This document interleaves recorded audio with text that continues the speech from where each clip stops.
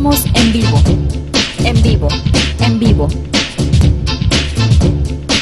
Redes al aire por comunicación.com. Ideas por un mundo mejor. Redes, redes, redes, redes. Enciende tus ideas. Al aire, al aire, al aire, al aire. Televisión online.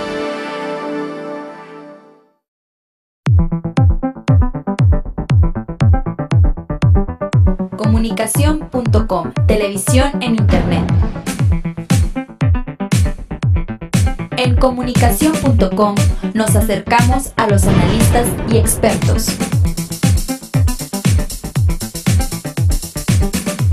Comunicación.com. Ideas por un mundo mejor.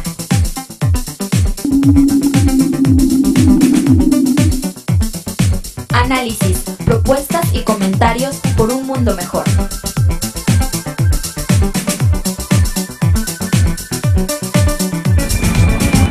Comunicación.com. Enciende tus ideas.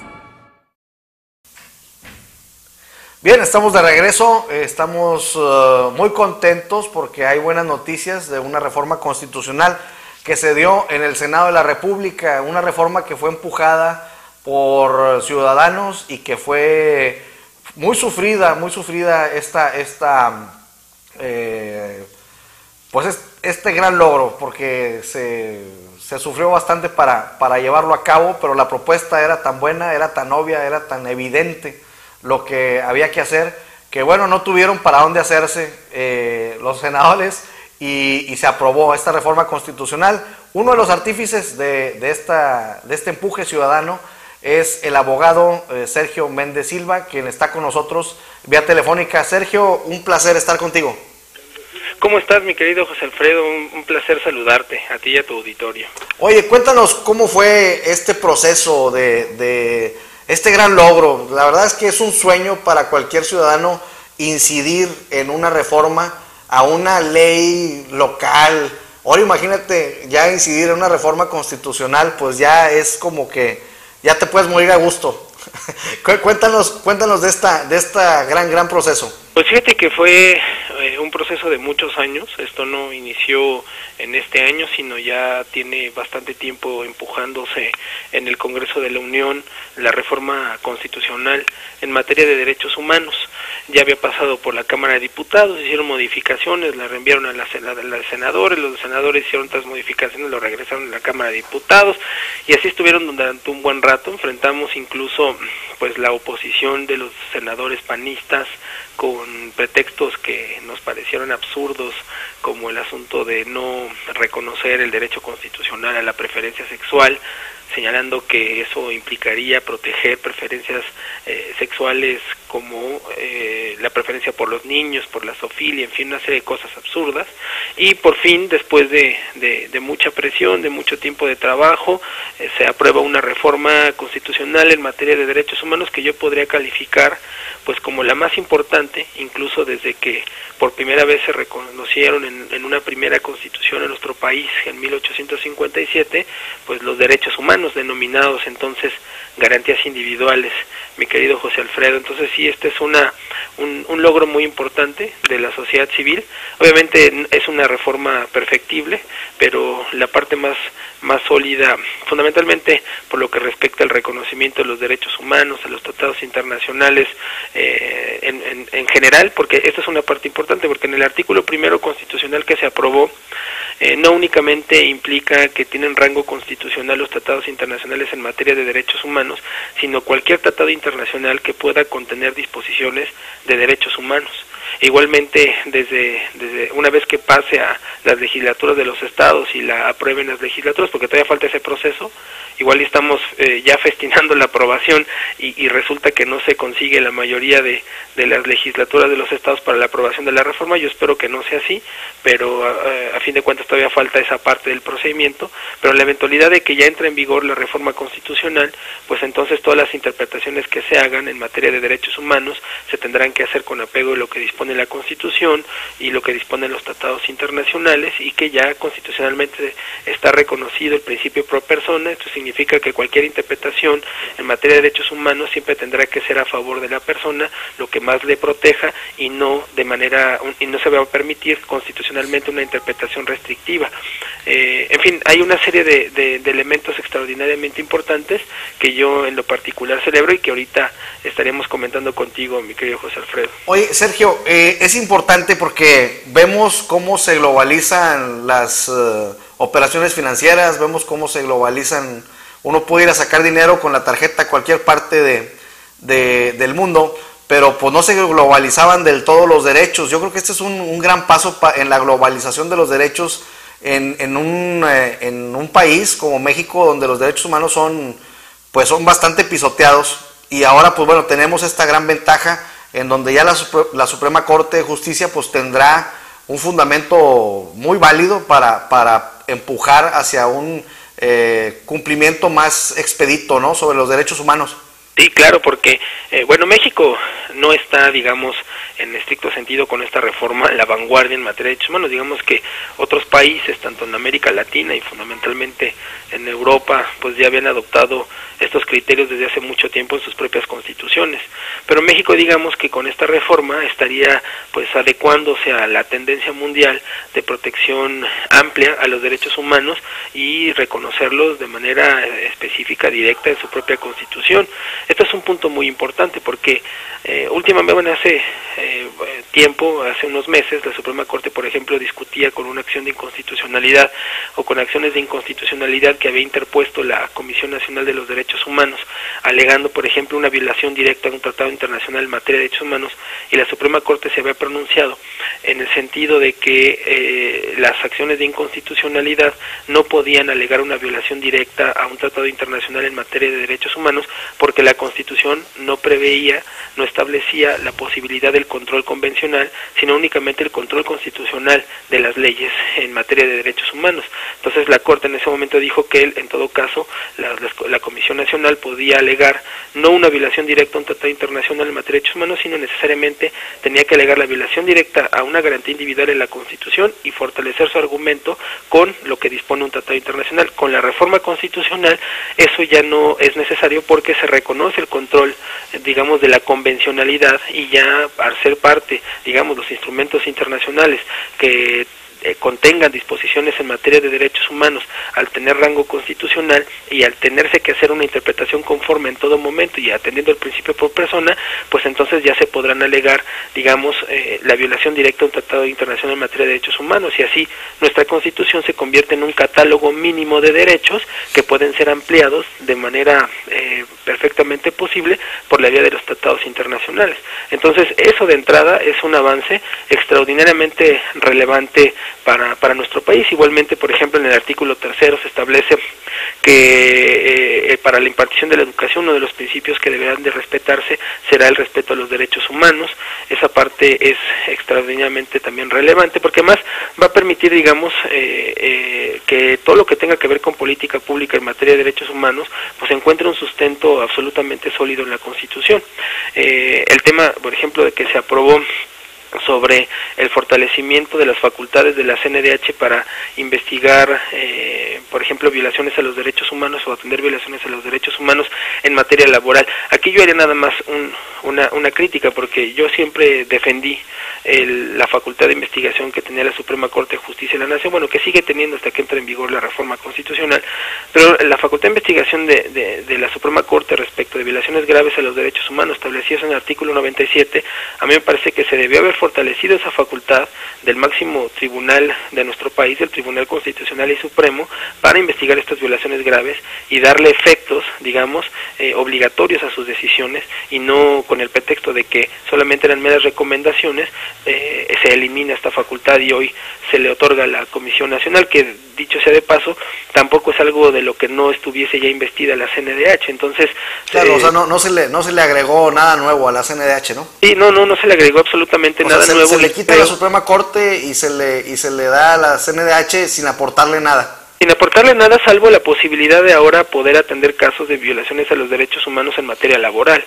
Eso, bueno, es significativo, es importante, pero por lo que se refiere a la garantía constitucional, es decir, por lo que se refiere al procedimiento de investigación, a mí me parece que es un retroceso que se le haya retirado a la Suprema Corte y ahora se diga que se le otorgó a la CNDH cuando en realidad eso no es así.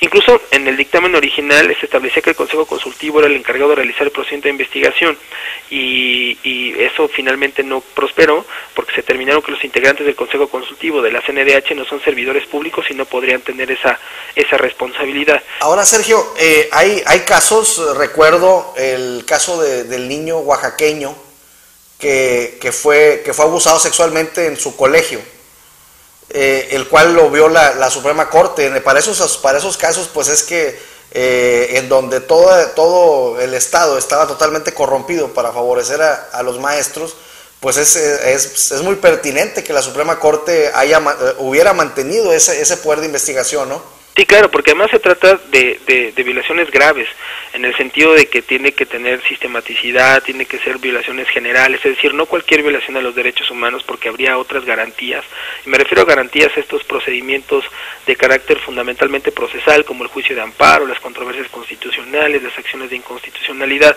A fin de cuentas, la facultad de investigación del artículo 97 era una garantía que permitía la protección de los derechos humanos en una circunstancia de extrema gravedad, como es este tema cuando, por ejemplo, están coludidas las autoridades del Estado, cuando es directamente el responsable de las autoridades del Estado de violar los derechos humanos, cuando está imposibilitada de poder actuar y de restituir, digamos, los derechos de todos en una circunstancia grave, pero también implica, digamos, generalización de la violación de los derechos, que también implique la sistematicidad o digamos, violaciones sistemáticas a los derechos humanos, es decir, no cualquier violación podía ser atendido por la facultad de investigación de la Corte, pero en una circunstancia de extrema gravedad, en un país como el nuestro, en donde no existe división de poderes, como una forma, digamos, de contención del propio poder, en donde, por ejemplo, en las entidades federativas es muy claro que el gobernador domina al ejecutivo, al legislativo y al judicial, pues entonces ahí implica siempre la posibilidad de que haya violaciones graves a los derechos humanos por una decisión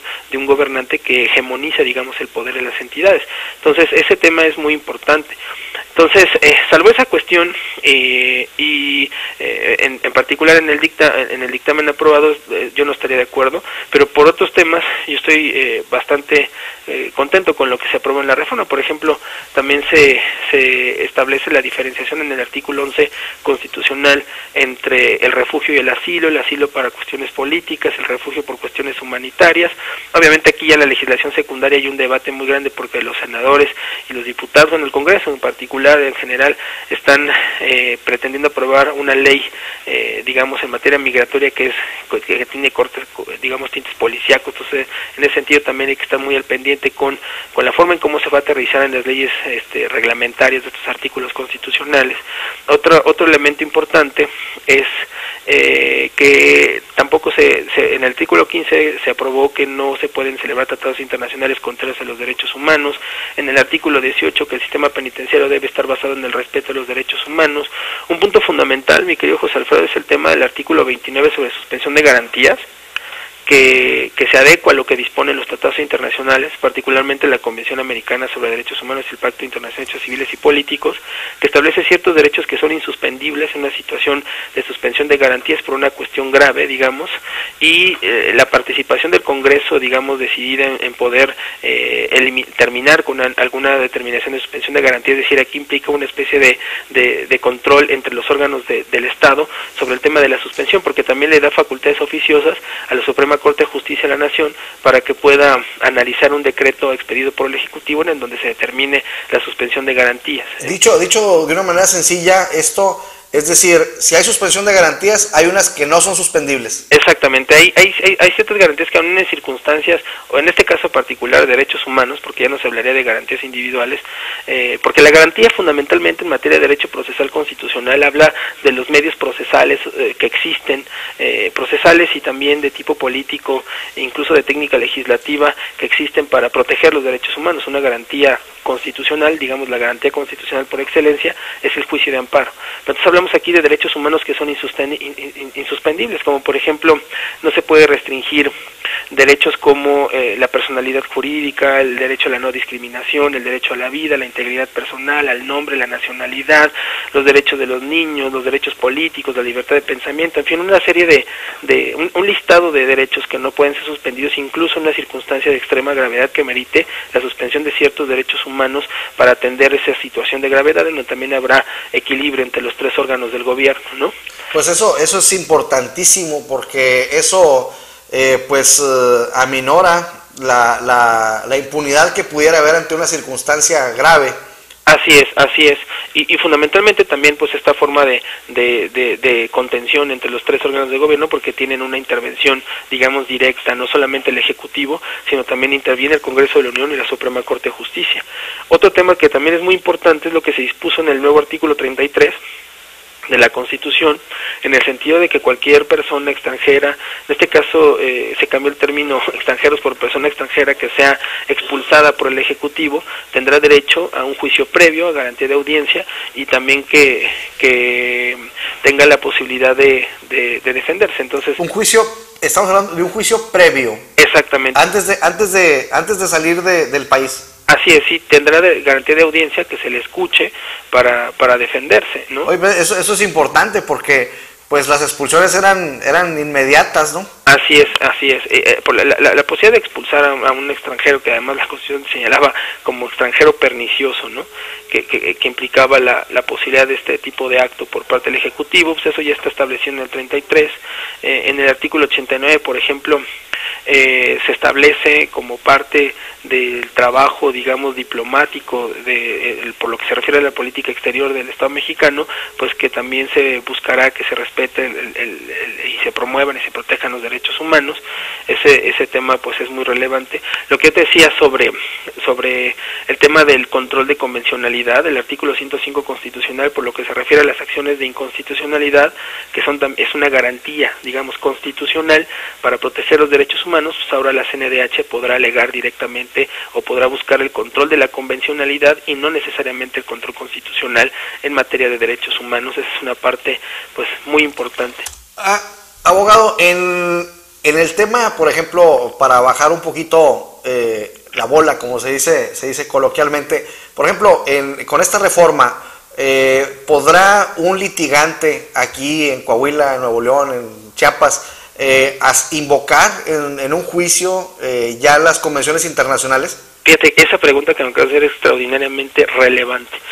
Esta aprobación de esta reforma constitucional implica, digamos, la generalización del respeto a esos principios y del respeto a lo que dispone la propia reforma. Por lo que me pregunta, sí, cualquier litigante, cualquier persona, alguien que se sienta afectado en sus derechos podrá invocar directamente lo que dispone la Constitución, pero más ¿Podrán las mujeres ir a invocar la Convención de Belén do Pará? Por supuesto, de hecho desde ahora ya se hacía, pero obviamente hay autoridades, fundamentalmente las entidades federativas, pero en general las autoridades que sostienen que si no está expresamente dispuesto en un texto, entonces ellos no estarían obligados. Es una cuestión absurda, pero bueno, con esto ya no habría pretexto. Y lo más interesante de esto que me dices es que en efecto esto implica la homogenización, digamos, de las constituciones locales, que tienen que estar acordes con lo que dispone la reforma constitucional en materia de derechos humanos.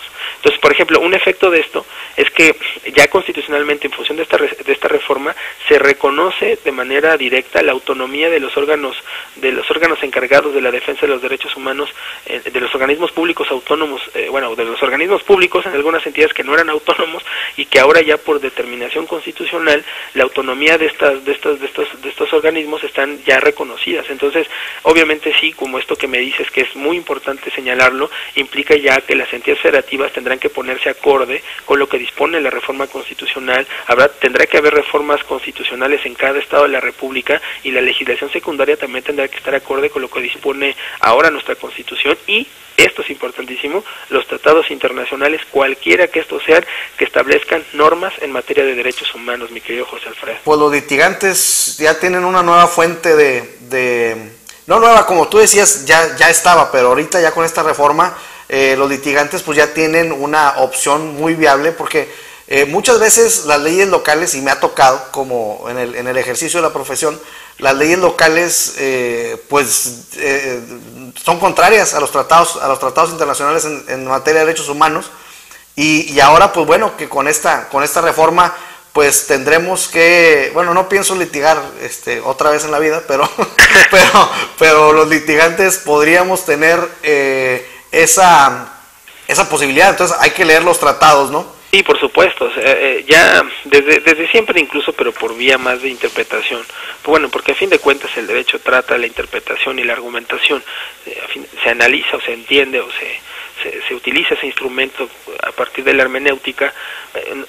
Por ejemplo, quienes ejercemos una forma alternativa a nuestra profesión jurídica, siempre en defensa de los desprotegidos, siempre apoyando las causas justas, siempre en busca de la libertad, pues hacemos una interpretación acorde con esas aspiraciones, pero obviamente hacemos un esfuerzo interpretativo que a veces no estaba directamente establecido en la propia Constitución, y había restricciones incluso por parte de la Suprema Corte, como este elemento que yo te platicaba, cuando la CNDH interpone la acción de inconstitucionalidad para controlar la constitucionalidad en materia de derechos humanos de una ley, y la Suprema Corte dice, está mal planteada la demanda de la CNDH porque alega una violación directa a un tratado internacional, y tiene que primero alegar la violación a la Constitución y no directamente al tratado, porque no hay control de la convencionalidad. Ese tipo de interpretaciones tan rigurosas, tan formalistas, que no permiten, digamos, avances sustanciales. Lamentablemente la Corte en algunos casos es muy progresista, en otras se queda como una Corte conservadora, es una Corte de claroscuros. Pues ahora ya, con estos elementos tan claros en la Constitución, pues no va a haber pretexto alguno. Por supuesto, está ya dispuesto en la propia Constitución, pero ahora habrá que ver que esto se aterrice, que vaya atendiéndose en la realidad, y bueno, pues eso ya va a ser labor de todos y de todas, y pues las organizaciones dedicadas a la defensa de los derechos humanos estaremos en la punta de la batalla para que estos derechos hoy reconocidos en la Constitución, bueno, sigue el proceso, pero una vez que se apruebe y que termine el proceso en las legislaturas estatales, que sea una realidad ya con la entrada en vigor de la reforma, entonces buscaremos que esto se asiente en la realidad y que sea en un punto de partida para garantizar las libertades de todos y de todas, mi querido José Alfredo. Pues muy bien, es un gustazo estas noticias que nos estás diciendo. Sabía yo de que había una reforma, pero no tanto, o sea, no la conocía a fondo, lo reconozco, y con esto que nos estás diciendo pues es trascendental lo que está ocurriendo. Como abogado, como colega, como internacionalista, pues me siento muy congratulado de esto, y te felicito por esa gran labor que se hizo, que claro, como tú bien decías, no fue de la noche a la mañana, se tuvo que hacer mucho para podernos emparejar, ¿verdad? No estamos todavía a la vanguardia, como señalabas, pero pues bueno, al menos nos estamos emparejando con el mundo después de este gran atraso que teníamos, y pues es muy gratificante estar globalizando el derecho, estar globalizando la justicia, cuando pues estaba muy rezagada en nuestro país, porque luego nos venden discursos de que hay que globalizarnos, pero pues nos globalizábamos o globalizaban lo que les convenía, ¿no? Los sectores poderosos, y ahora pues bueno, se están globalizando cosas sensibles para la generalidad de los derechos humanos. Exactamente, Miguel José Alfredo, que México deje de ser candil de la calle y oscuridad de su casa, ¿no? Exactamente, pues qué bueno que empezamos a dejar de ser hipocritones, porque eso nos caracteriza mucho a los mexicanos cuando hablamos en materia internacional, y pues es hora de asumir la responsabilidad de los tratados que hemos firmado a diestra y siniestra, ¿no? Así es, y que ojalá pues México, el Estado mexicano, sea congruente con lo que se aprueba en materia de derechos humanos, por ejemplo, que cumpla con las sentencias dictadas por la Corte Interamericana de Derechos Humanos, que no se han cumplido el día de hoy, ninguna, desde el campo algodonero, pasando por el caso de los ecologistas, el caso Radilla, en fin, ninguna de las sentencias que hoy existen en contra del Estado mexicano se han cumplido. Esperemos que el Estado y las autoridades se comporten de manera congruente, ¿verdad? Oye, mi abogado, en esta materia ¿puede haber retroactividad o no? Sí, claro, desde mi punto de vista sí, porque son, digamos, determinaciones que benefician y no que perjudican. Porque entonces podríamos estar hablando de la retroactividad del asunto de las boletas electorales, por ejemplo. Bueno, es que ahí, ¿a qué te refieres en particular? Lo que pasa es que hay un asunto en la Comisión Interamericana de Derechos Humanos, sí. en donde se está apelando o se está invocando el derecho a la información, Sí. Y en donde se quieren dar a cosas, donde se está pidiendo conocer las boletas electorales del 2006. Ah, claro.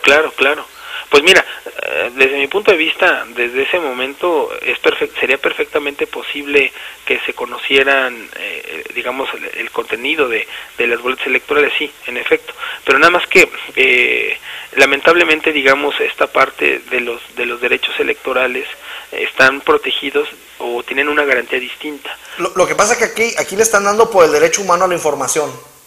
Sí, no, claro que sí, no, yo estoy completamente de acuerdo en el sentido de que la Comisión Interamericana estaría en perfectas condiciones y lo estuvo y así lo señaló en el caso específico.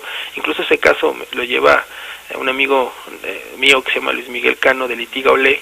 Sí, amigo común. Así es. Y Graciela. Así es, y Graciela, su esposa, así es. Ese tema es muy importante. Desde mi punto de vista, el Estado tenía, no nada más con esta reforma, no a partir de esta reforma, sino con lo que ya existía antes de la reforma, la obligación de dar a conocer el contenido de las boletas electorales, y que no podría caber ningún pretexto para no mostrarlo. Obviamente es una decisión de tipo político, no jurídico, ¿no? Claro. Entonces, la intención política es que no se sepa cómo fue la emisión de los votos en la elección del 2006, pero desde antes, incluso no ahora con la reforma constitucional, era perfectamente posible y perfectamente válido que el Estado mexicano permitiera el acceso a las boletas electorales, y el asunto pues sigue su trámite en la Comisión Interamericana, y esperemos que sea atendido, pero sí sería bastante conveniente en términos de derecho a la información, y creo que esto lo fortalece, y por lo que me pregunta, sí podría ser aplicado de manera retroactiva en beneficio, para que con mayor fortaleza se exija el derecho a la información de todos los mexicanos y todas las mexicanas para saber quién fue quien verdaderamente ganó la elección de 2006 y que haya transparencia en esa materia, ¿no? Perfecto, pues aquí nomás raqueteando un poquito, podemos llegar a ver las repercusiones, así a grosso modo, las repercusiones que pueda tener esta materia, esta reforma en materia constitucional. Pues encantadísimo estar una vez más contigo, mi abogado, y una vez más nuestra felicitación. Estamos a la orden para dar a conocer este tipo de materiales. Quiero decirte que además de esta transmisión, el material se graba, se edita y se sube a YouTube, por si la gente del colectivo quiere conocer esto. Te mando un link para que ya lo puedas, para que lo puedas estar viendo por allá. Hombre, y hay que hacer la difusión de este espacio de libertad, mi querido José Alfredo. Yo te agradezco infinitamente tus palabras, y por supuesto que hay que difundir tu espacio, que es un medio alternativo tan importante, tan necesario para la libertad de expresión, el derecho a la información, y para pelear por nuestras aspiraciones libertarias. Te mando un abrazo, mi querido amigo. Gracias. Mira, este es un proyecto que hemos venido realizando, Frank Estrada y un servidor, de golpe a golpe y verso a verso. Empezamos con revistas, tuvimos programas de radio, hemos estado muy activos siempre, destacando dándole importancia a lo que es la organización social, los derechos humanos, y hemos caído a este programa que es lo más avanzado a lo que hemos llegado. Esperemos que sigamos así, y pues noticias como la que nos das ahorita, y gente que está luchando como tú, pues son nuestro alimento del espíritu y son nuestra materia prima para seguir haciendo lo que nos gusta. Sí, claro, y además pelear por la posibilidad de la radiodifusión comunitaria y alternativa, ¿no? O sea, la televisión alternativa, la radiodifusión comunitaria y alternativa. Yo soy abogado también de la Asociación Mundial de Redes Comunitarias. Hemos pugnado por una ley que reconozca la naturaleza de este tipo de medios alternativos, que no son comerciales, que tienen fines sociales, y que a fin de cuentas también lo que pretenden es acabar con el monopolio por parte, pues, de los grupos oligárquicos del derecho a la información, de la posibilidad de la libertad de expresión. Yo te felicito por este esfuerzo, y hay que seguir peleando por este espacio de libertad, mi querido José Alfredo. Pues muchas gracias. Te manda a saludar Frank Estrada, quien está en controles. Un abrazo a Frank y a todos, un abrazo. Cuídense mucho. Estamos y nos vemos, hablamos el próximo jueves. Claro que sí, estamos al pendiente. Un abrazo. Hasta luego. Pues bien, perdón, se me cayó el micrófono. Hemos llegado a la conclusión de esta cuarta fase de Redes al Aire. Pues hemos tenido un programa muy nutrido, un programa que nos ha dejado mucho. Por un lado, estuvimos hablando de cómo reciclar la basura urbana con una especialista, quien es Luz María Pizá. Hemos estado también platicando de el graffiti hecho arte, hecho industria también, con Carmen Contreras, quien es Utopía Urbana en su Twitter. Hemos estado conversando con Daniel Gersherson sobre lo que está ocurriendo con los padres de la guardería ABC, quienes además de la protesta se sostienen y pasan a la propuesta. Hay un libro que está ya editado, que vamos a tener el próximo jueves para todos ustedes. Vamos a hacer aquí la presentación y vamos a tener la posibilidad de hacerles llegar a algunas personas estos libros.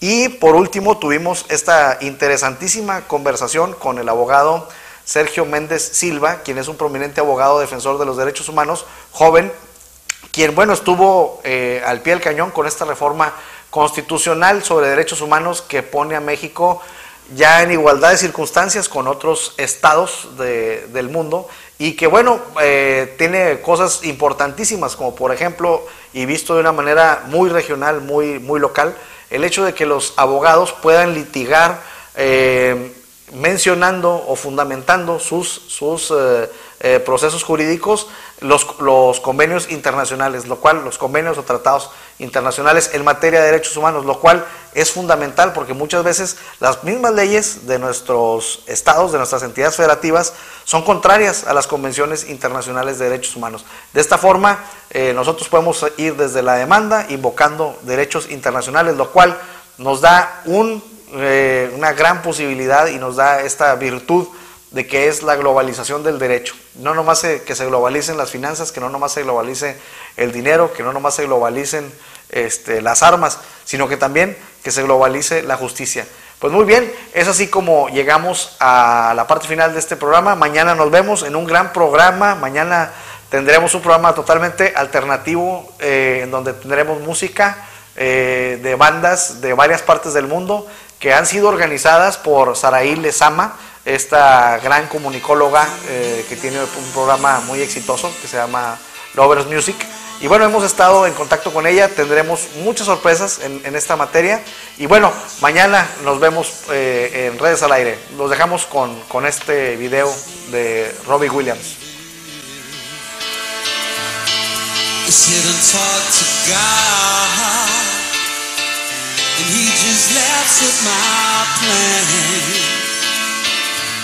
My head speaks a language I don't understand. Come on.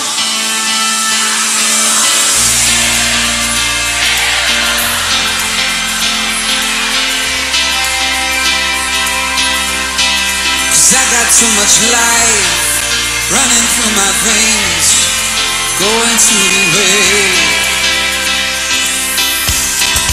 I don't wanna die, but I ain't keen on living either.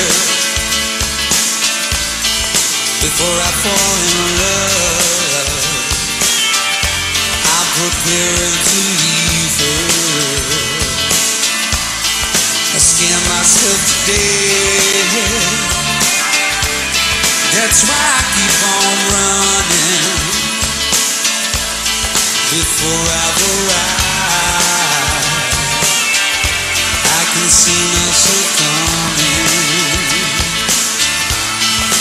I just wanna feel real love, feel the home that I live in.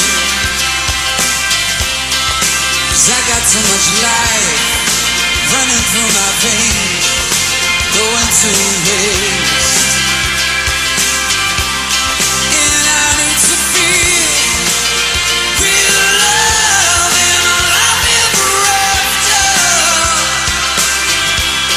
There's a hole in my soul.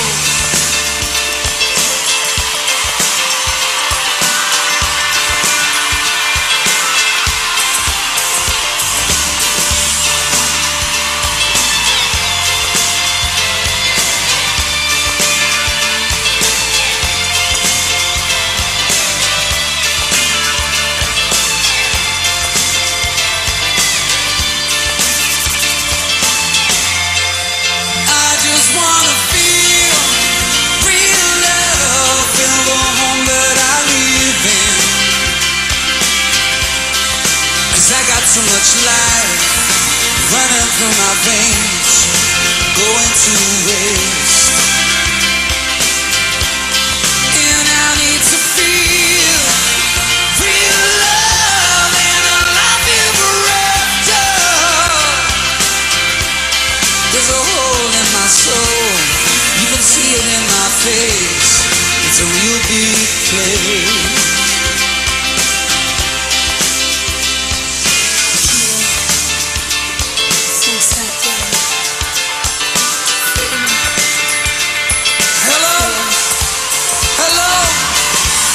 Is there anybody out there? Is there anybody out there?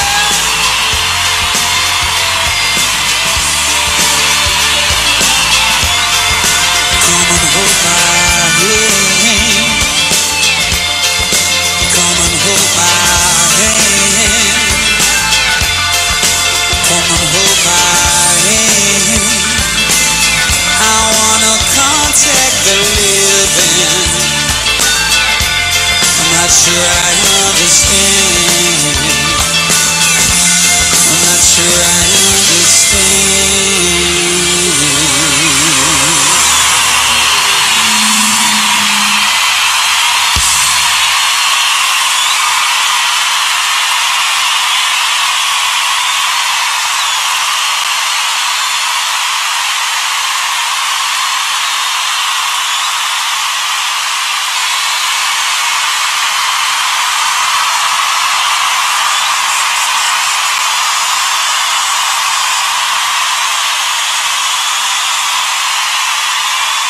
I just wanna feel real love, feel the home that I live in.